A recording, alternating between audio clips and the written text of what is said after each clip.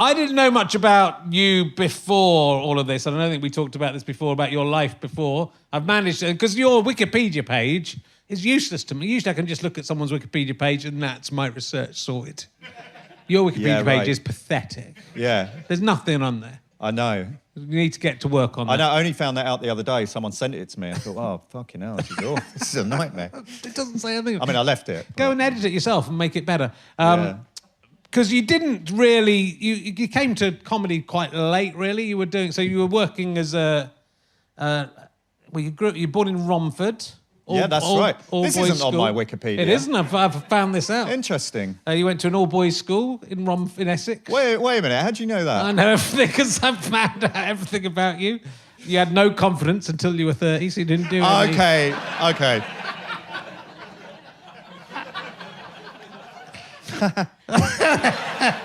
You worked in as a money broker. I can't imagine it.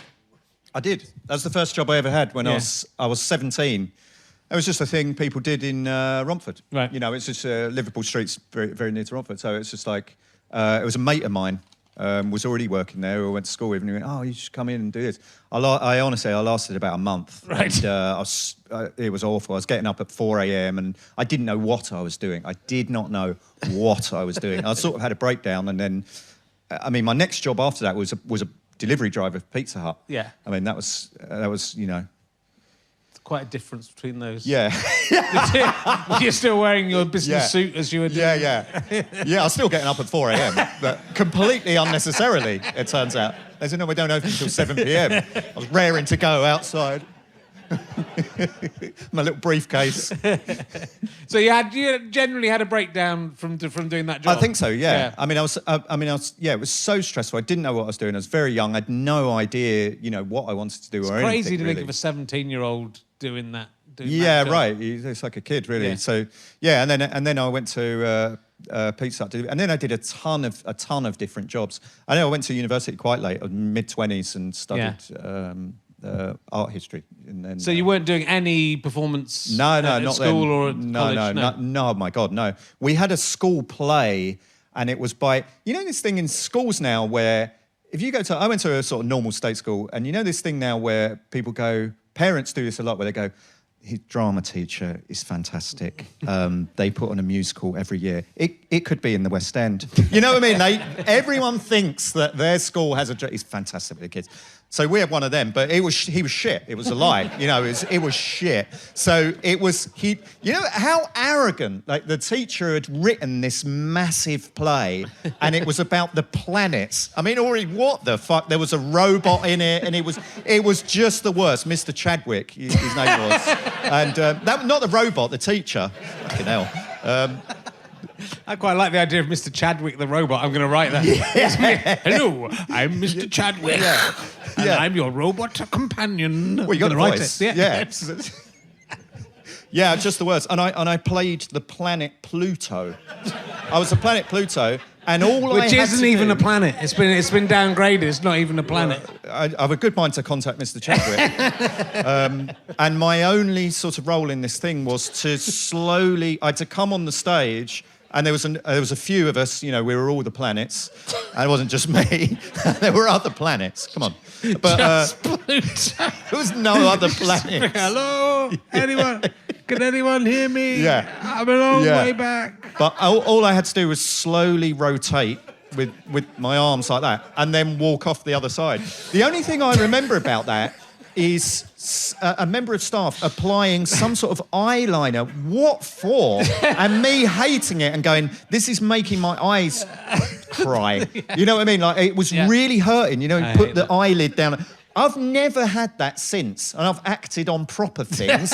No one's ever done that. She was like, no, you've got to have this. I'd like anyone like people in the audience going, no, he's not wearing eyeliner, that one.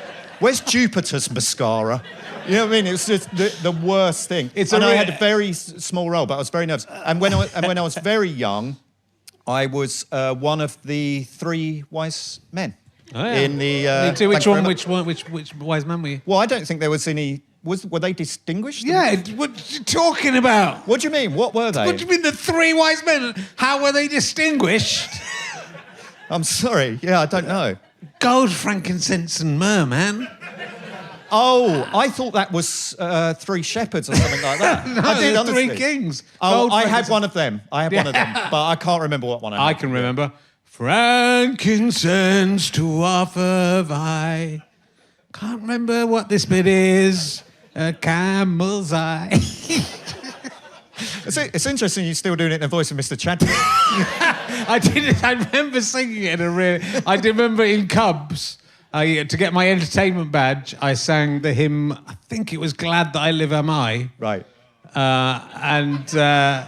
But I really sang it like that, and I just remember everyone pissing themselves, and so I was like a little tiny 8-year-old tubby boy. Yeah. Glad that I live am I, that the we had to do sky that. is blue. We had to do that at Everyone my pissed school, and I remember that's my one memory of singing a hymn at school. Was this kid called Simon Hurst did exactly what you did, and we had to stand up in a line like that, and he went like this. That I live, and then you had to sing one line, and it went next to him, and there was a kid called Andrew Fernandez, and he went, "That the sky is blue." It was brilliant. Just must have thought I can't compete with that. That's great. And that eyeliner thing, it's a real amdram. It's like a way Right. an amdram person Right. tries to make out that Right. they know about theatre. You're exactly right. And I remember he was on the piano, during the whole performance, doing Yeah. the music for it, like looking out at the crowd, He was really thinking, this is Tim Rice, Andrew Lloyd Right, Webber, this is going to go right. to the West End. I mean, he was like, someone could be in tonight. I think he did think that. Yeah. And it went on way too long. I don't know if that still happens in schools where, the teacher, mounts their own production. I'm sure it it does. seems mad to me. Yeah, it is mad, but brilliant. I really want to see it. Especially Yeah. if Pluto just spun across the star. I mean, it's about the planets. Right. You need to give it some person. It can't just be like the planets spinning round. It has to be Well- some story and personality. I'm sure there was. Yeah, I mean, Yeah. it was something to do with outer space or whatever. Yeah. There's a robot, there's planets. I can't remember much else. Oh, But there I was wanna see a it. big cast. There was Yeah. a big cast. At yeah. least 9 people. Was Well, someone yeah. the son? Did someone play the son, or was that? I don't think I've got no recollection of that. I can remember a couple of the kids who played the planets, but I don't remember there being a son. Well, No. that's the main part of the solar system, I would say. Well, yeah, I mean, take it out with Mr. Chadwick. I didn't write it. I was just an actor. I just say the lines, or in that case, no lines. Just spin round slowly. Spin around, Yeah, go, nailed it. I'm not a planet. Yeah. I have nothing to do with Well, this. I do remember getting home and my mum saying to me, "I thought you were excellent." I remember thinking, "Yeah." Was I? Oh, God. Shut up. But that experience didn't send you rushing to No, school? that wasn't the moment where I thought, I could do this for a career. So what prompted you to have a go at I mean, comedy? years later, I was working at the Barbican. I was well in my 30s, and I started doing stand-up at open mic nights. Right. Like a lot of people did, because I mean, then there wasn't any other real way in. I didn't go to a drama school or any of that stuff. I didn't know how people did sketch acting, which is what a lot of people do now, or they get into it through university drama groups or any of that stuff. Sure. I didn't have any of that really. So really, there was nothing else. There certainly wasn't such a thing as making videos on your phone or whatever. I mean, YouTube was a thing, I guess, but I mean, that was very fringe, minor thing, or Yeah. I guess only people like Limmy were doing that. I don't know. Yeah. So yeah, that was it really. And then I did that for a bit and had an agent through that and got a few writing jobs on TV things, and then a couple of minor acting things, and then just started doing what I do now quite much later really. And that just that snowballed very quickly. Yeah. And I just suddenly found a way to write that suited me, the way I could do ideas, suited me It's like really that. interesting because watching it and not knowing anything about your background, I would have absolutely assumed that guy went to drama school. He was, because the acting is so key to, because it's so minimal. The acting is so key to it, the characterization, and so it is that thing of observation. It's finding an observation and going with it, finding something ridiculous that someone said and running with it. But it's the smallness and the acting that kind of sets it apart. So I would really have thought, okay, that guy went to drama school, couldn't get any jobs, But I'll start. Well, you were half right. I'll start making my own videos, see what happens. But it's really interesting to find out the route you took to get to that.